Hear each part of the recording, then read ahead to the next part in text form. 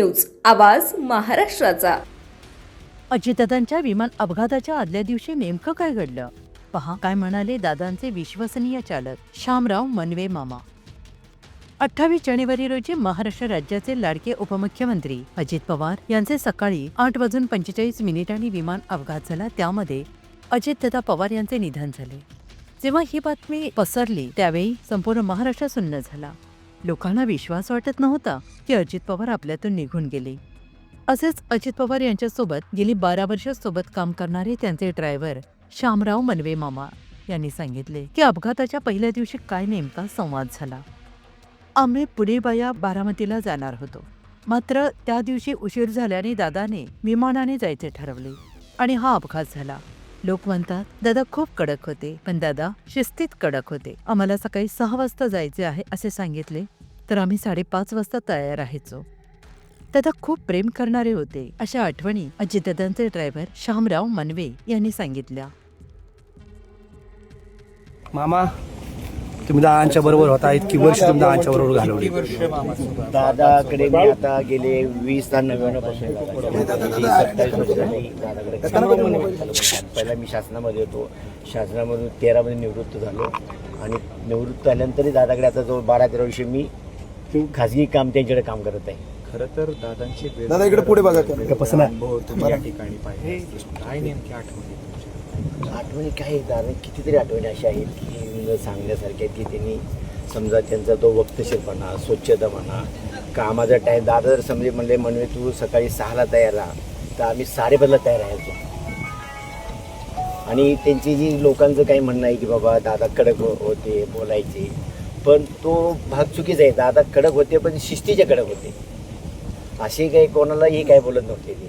आणि एखादा कुणी जाऊ द्या, सामान्य माणूस छोटा मोठा कुणी असलं तरी ते त्यांना मदत करायचे. माझं तर काही विषय नाही. मंगळवारी शेवटची कॅबिनेट झाली त्यावेळेस तुम्ही सोबत होते दादाच्या. काय रात्रीपर्यंत? हो, रात्रीपर्यंत मीटिंग चालू होतं. मीटिंग संपल्यानंतर ते आम्हाला असं ठरलं की बाय रोड पुण्याला जायचं आणि पुण्यात मग करून दुसऱ्या सकाळी ह्याला जायचं, बारामतीला जायचं. बारामती सकाळी 10 वाजता निराव ऑगस्टला दादांची सभा होती. अशा 2-4 सभा ठरल्या होत्या. कशामुळे उशीर झाला? काय झालं? उशीर काही झालेला नाही. दादांनी ठरवलंच की आता म्हणजे आम्ही बऱ्यापैकी 99% आम्ही बाय रोड जायचं होतं. बरं. आमचा शंकर मुलगा आधी बॅगा तयारी ठरल्या होत्या की आपण बाबा बाय रोड जाऊया.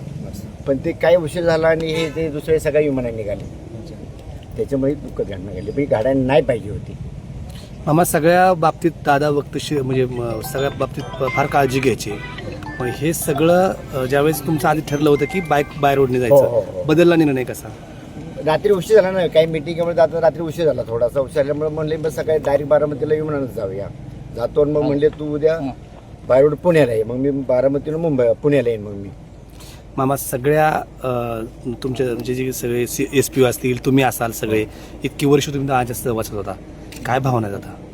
भावना काय आता साहेब की एवढं दुःख वाटतं, एवढं की आम्हाला तर काय बोलू शकत नाही. आणि मला तर अजून माझं मन असं म्हणतं की दादा आपल्याच आहेत. अजून दादा गेले नाही. त्याचे फोटो बघितले ना तुम्ही, बघा त्यांचे फोटो बघा तुम्ही, म्हणजे किती वाईट वाटतंय साहेब. बघा मामा, ज्यावेळेस अजित पवार असायचे त्यावेळेस अजित पवार अनेकदा कॅनव्हास सोडून निघून जायचे आणि त्यावेळेस मात्र तुम्ही सोबत असायचं. कसं तुमचं टायमिंग ठेवायचं किंवा नाही टायमिंग मी आता तुम्हाला पहिलं काय सांगितलं. दादा म्हणले जर 5ला म्हणले तर आम्ही 5:30ला तयार असणार. मग दादा रात्री 12 वाजो 2 वाजो गाडी आमची नीट सकाळी आम्ही अर्धा तास गाडी तयारच. अगोदर दादा म्हणले 5-4:30ला गाडी तयार असायची.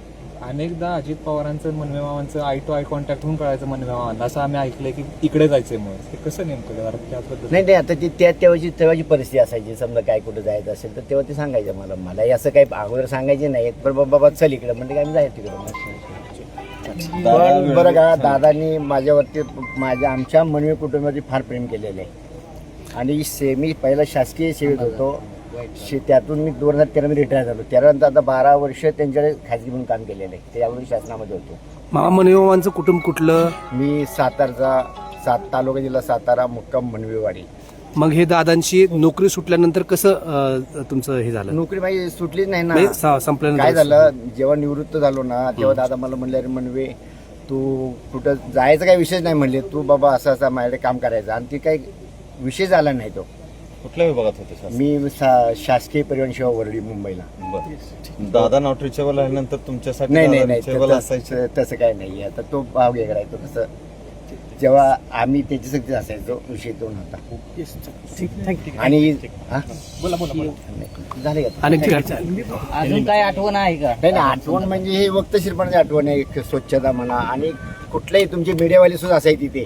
आमच्या देवगिरी बंगला असू द्या, प्रेमकोट असू द्या किंवा सहयोग असू द्या, चहा पाणी दादा स्वतः सांगायचे मनवे त्यांना चहा नाश्ता देण्याची व्यवस्था कर. तुमचे TV 9 वाले मुंबईला निम्याचे बघा प्रेमकोटला, तुम्ही कोण आहात तर ते त्यांना कंटिन्यू करोना काळामध्ये सुद्धा दादांनी जी सोय केली होती चहा पाणी नाश्त्या पाण्याची. थँक्यू. पुणे तसेच पिंपरी चिंचवड आणि महाराष्ट्रातील महत्त्वाच्या आणि ताज्या बातम्या पाहण्यासाठी महाराष्ट्र 18 न्यूज चॅनलला यूट्यूबवर सबस्क्राईब करा आणि बेल आयकॉन प्रेस करा.